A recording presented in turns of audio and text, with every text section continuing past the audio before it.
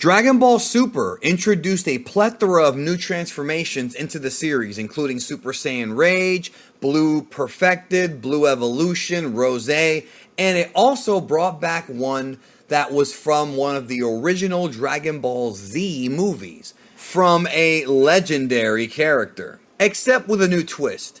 On this edition of the Transformation Guide, we're going to look at Super Saiyan Berserk, the form that Kale introduced, or in some ways reintroduced into Dragon Ball during episode 100 of Dragon Ball Super. We're going to examine why it differs from the original Legendary Super Saiyan, the idea behind it, and by the end of this transformation guide, you will be well versed in Super Saiyan Berserk, and you'll be entertained. It starts now.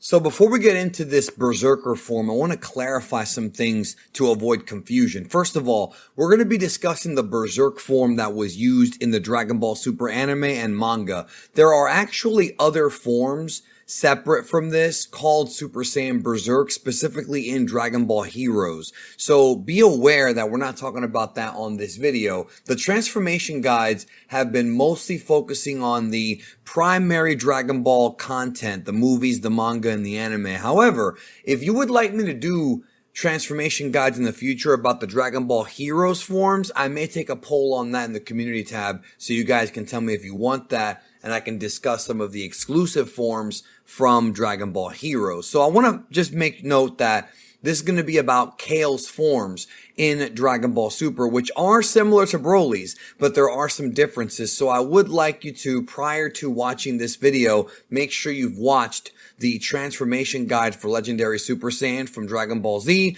and just, you know, as a suggestion, check out the Every Broly Transformation Explained Transformation Guide as well, so you have some, you know, context about the differences between Broly and Kale. But there are similarities. When we look at Kale as a character, Kale was created not by Toriyama, but by Toei Animation as a marketing strategy to appeal to Broly fans. They knew that Broly was really popular, and prior to them actually producing the movie Dragon Ball Super Broly, they chose to sort of pay tribute or an homage or reboot the idea of the original Broly from Dragon Ball Z with Kale. Kale became female Broly. Dragon Ball Super Broly and Dragon Ball Super director Tatsuya Nagamine commented on this and talked about this, where he said, when female Broly appeared in the DBS show, I watched the Broly movies a bunch of times.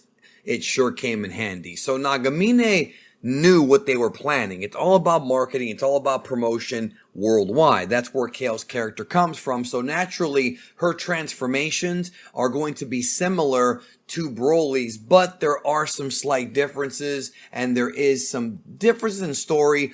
Obviously, the inspiration is there. We know that Kale is basically the female version of the original Broly brought into Dragon Ball Super, but Kale's transformations and what she actually did are a bit confusing. So again, we're talking about Super Saiyan Berserk from Kale's perspective. The first indication of how Kale's form works is from a translation from way back years ago when the character was first coming in, from her bio on the Dragon Ball Super website. This is from Herms. He writes, after Kaba tells her to unleash her anger in order to become a Super Saiyan, her pent-up stress takes her into a berserker state, has incredible power when she cuts loose. So the principles between Super Saiyan Berserk and Legendary Super Saiyan are very similar. Kale gains an incredible amount of muscle mass. I would say even more of an impressive muscle increase than Broly, because when she's in her base form, she's this very skinny, lanky, petite girl, and when she transforms, she literally grows a bodybuilder-esque physique and starts to run through everybody. And she achieves the feats that are similar to what the old Broly did. For example,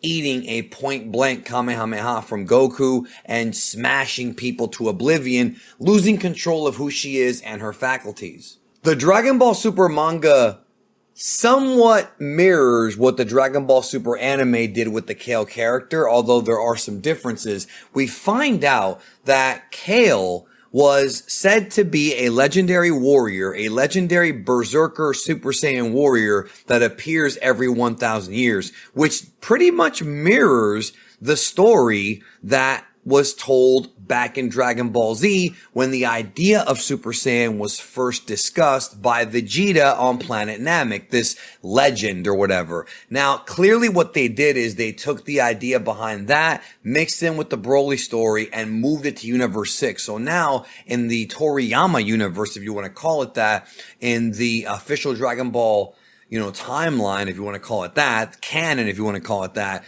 the legendary Super Saiyan form still applies, but with Kale. However, soon after Broly was introduced, and he fits a lot of the same descriptions as Kale. The only difference is that Broly seems to get stronger as he fights and evolves at a much quicker pace than Kale. Does that mean that Kale has that ability and hasn't learned how to use it yet? I don't know about that, but it definitely mirrors the old Broly story brought back into the current time. Obviously, Broly and Kale, once they do eventually meet in Dragon Ball Super, if they do, we might get more answers on this. But right now, it is left a bit ambiguous as far as if they have a connection. Maybe Broly and Kale are the mirrors of each other. And that would be interesting and kind of makes sense, even though it's implied that Broly is much older than Kale. Whether or not you like the character, the fact remains that Kale is incredibly powerful. I mentioned how she rampages through everybody in the Tournament of Power. Let's not forget that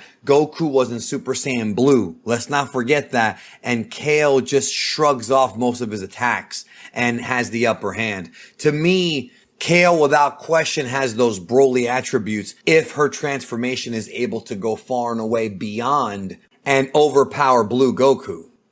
At one point in the anime version, Kale powers up and creates this huge barrier and unleashes a bunch of energy from that barrier. This is known by some people as the Blaster Meteor technique. It's the move that Broly used in the past, and I'm not really sure where that name came from. I think it's from Supersonic Warriors 2, if I remember correctly, but she does that and is able to eliminate people from the tournament and wreck the arena. Now, there are some differences between the anime and manga version that I want to highlight that you may remember.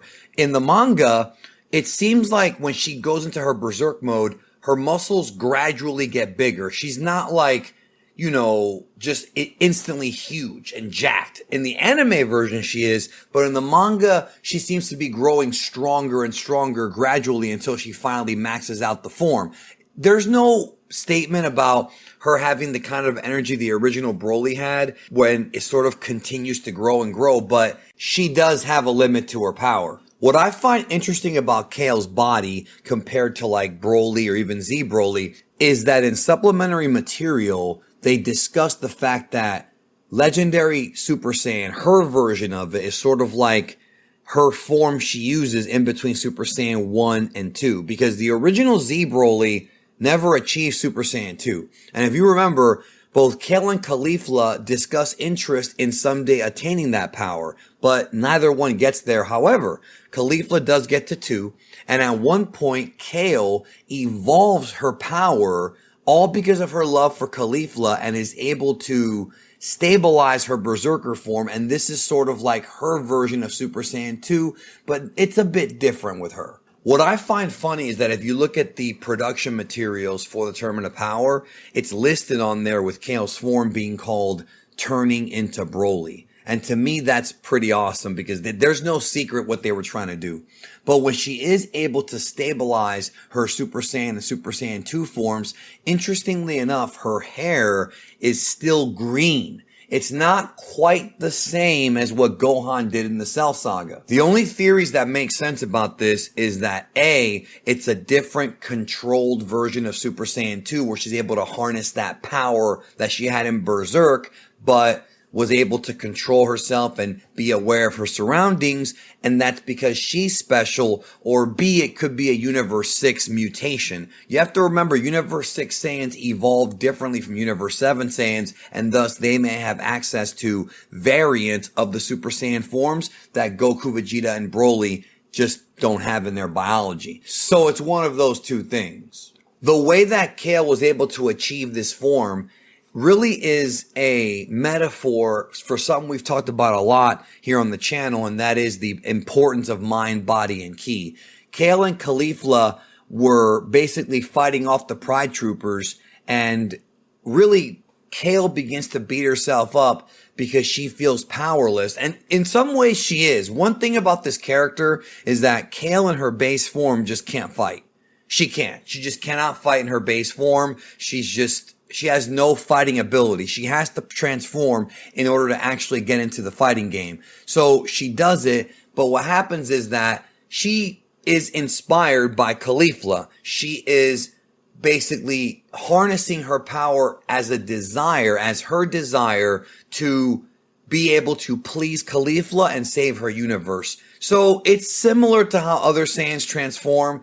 A lot of times you can compare it to the way Gohan became a Super Saiyan in the Room of Spirit and Time back in Z. It's kind of like that. But here, she's stuck in an actual real issue and she has no choice but to mutate, but to evolve and to control herself in the meantime. And if you remember, during the fight with Goku, she unleashes her true power and then focuses her power to fully stabilize. So she's kind of doing what Broly did, where she's learning how to, manipulate her energy and her ki and learning about her body. But as of this video creation, Broly still has not learned to control himself, which is the big plot point of Dragon Ball Super Superhero, that Broly still can't control himself. And one would assume, and it's a safe theory, it's a safe bet, that when Broly does learn to control himself, whenever that happens, if it does, he will achieve a variant of Super Saiyan 2 where it's controlled, or perhaps he'll achieve something higher or something totally different because of the fact that Kale is from Universe 6. So ultimately, the only official title for this form is in the next episode preview, where they refer to it as True Legendary Super Saiyan. The video games call it Super Saiyan 2, but the show calls it True Legendary Super Saiyan. It's up for debate. You can call it Super Saiyan 2 Controlled or Mutated. Either way, they're very similar, but I think True Legendary Super Saiyan is a fitting name, even though it does sound a bit sort of like True Ultra Instinct, where it feels that the creators are kind of running out of names, and that's what happens when you have all these transformations. But we'll see what the future holds for Broly and Kale. I will revisit the transformation guide about those two characters if they get new forms in the future. But the next transformation guide will be about Super Saiyan Blue Evolution, the other big new form discovered by Vegeta in the Tournament of Power. So join me for that one next time. Thanks for watching. Take care.